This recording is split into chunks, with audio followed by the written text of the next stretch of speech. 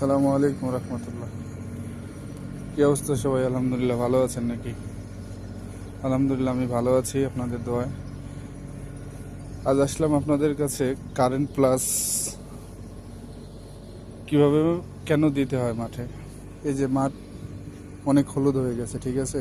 Current plus এই জন্য দেবো যাতে আপনার মাঠটা যাতে ঘাসগুলো ঠিক থাকে। দেখেন মাঠ হলুদ হয়ে গেছে, তার মানে এতে ভিটামিনের প্রয়োজন।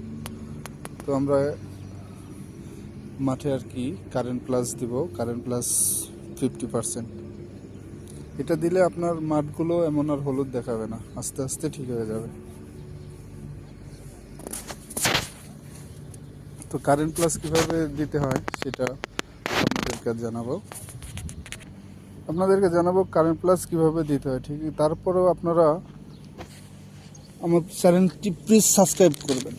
এই যে কারেন্ট প্লাস 50% WP, এটা কিভাবে মিক্স করব? সর্বপ্রথম আমরা একটা বালতিতে পানি রাখবো, ঠিক আছে, একটি পাত্রেতে। তারপর এটা মিক্স করব। এটা একটু পাউডার জাতীয়, এই জন্য একে ভালো করে পানিতে মিক্স করে নিতে হবে।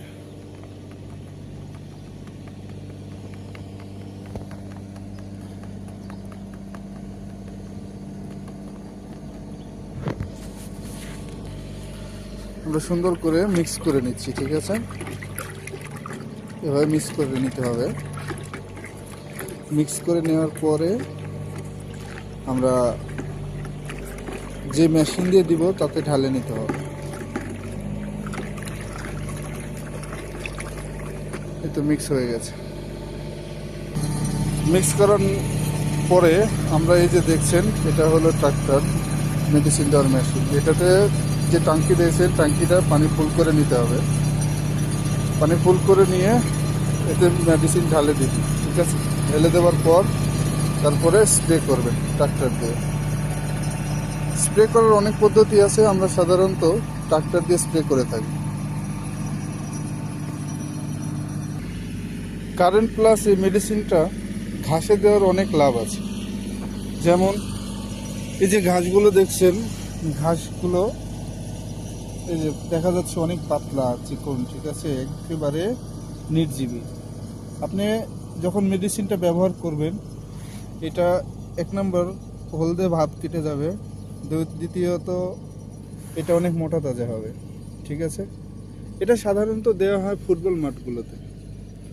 ফুটবল মাঠে দিলে ব্যবহার করা হয় এজন্য, ফুটবল মাঠে অনেক প্রেশার পড়ে, প্র্যাকটিস হয়, খেলা হয়, যাতে মাঠের ঘাসগুলো ঠিক থাকে। তো আজকে আমরা জানলাম কারেন্ট প্লাস 50% WP কিভাবে ব্যবহার করতে হয়।